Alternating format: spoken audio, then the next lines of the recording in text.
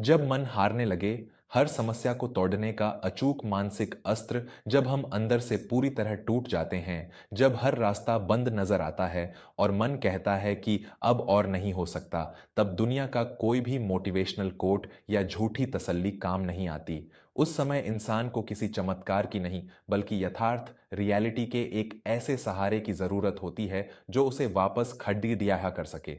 मैं समझ सकता हूं कि जब मन हारता है तो कैसा महसूस होता है। ऐसा लगता है जैसे आप किसी गहरी खाई में गिर रहे हैं और पकड़ी देने के लिए कोई टहनी नहीं है, लेकिन यह सच नहीं है। यह सिर्फ आपके थके हुए दिमाग का एक भ्रम है। जब भी आपका मन हारने लगे तो इन चार कड़ीडीएचवे लेकिन परम सत्य नियमों को याद कर लेना। यह आपकी हर समस्या का सिस्टम रीबूट कर देंगे। सौ डेट फंड 24 घंटे का शून्य नियम, द 24 आवर जीरो रूल। जब दिमाग हार मान रहा हो तो उस समय कोई भी बढ़ा फैसला मत लीजिए। आपका दिमाग उस वक्त सर्वाइवल मोड में होता है। वह आपको सिर्फ डराएगा।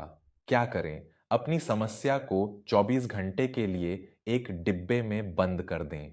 गहरी नींद लें, कुछ अच्छा खाएं और दिमाग को शांत होने दें। एक थका हुआ शरीर कभी एक मजबूत दिमाग का साथ नहीं दे सकता। जब आप 24 घंटे बाद उसी समस्या को देखेंगे तो वह उतनी बड़ी नहीं लगेगी जितनी कल रात लग रही थी। दो, भावनाओं को समस्या से अलग कर दें। Detach emotions from reality. हम अक्सर अपनी समस्या से ज्यादा उस समस्या से जुड़ी भावनाओं इमोशंस से हारते हैं। लोग क्या कहेंगे, मेरी किस्मत ही खराब है, मैं किसी लायक नहीं हूं, ये सब भावनाएं हैं, समस्या नहीं। क्या करें? खुद को एक दर्शक ऑब्जर्वर बना लें। अपनी समस्या को एक कागज पर लिखें जैसे वह किसी और की समस्या हो। जब आप भावनाओं का चश्मा उतारकर सिर्फ तथ्य फैक्ट्स को देखते हैं तो हर समस्या का एक तार्किक लॉजिकल समाधान दिखाई देने लगता है। तीन, नियंत्रण के दायरे को पहचानें। Circle of control. दुनिया की 90% मानसिक परेशानियां उन चीजों पर नियंत्रण करने की कोशिश से पैदा होती हैं जो हमारे हाथ में हैं ही नहीं। आप दूसरों की सोच, अर्थव्यवस्था या अतीत में हुई गलतियों को नहीं बदल सकते। क्या करें? अपनी ऊर्जा को तुरंत वहां से हटा लें जहां आपका कोई बस नहीं चलता। अपना पूरा ध्यान सिर्फ उस 10% पर लगा दें जो आपके हाथ में है। आपका आज का कर्म, आपकी मेहनत और आपका नजरिया।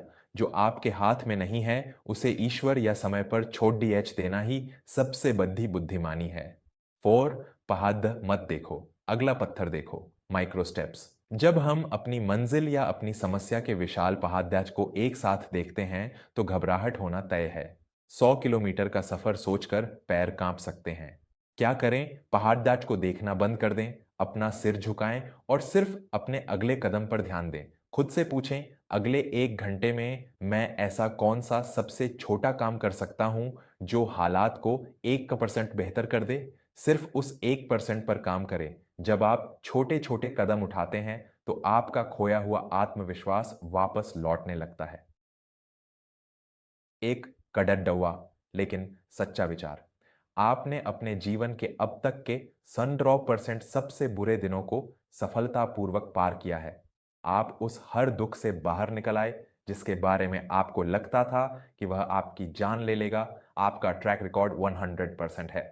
हारना कोई बुरी बात नहीं है, थक जाना इंसान की फितरत है, लेकिन जहां आप गिरे हैं वहीं पडरिढे रहना गलत है।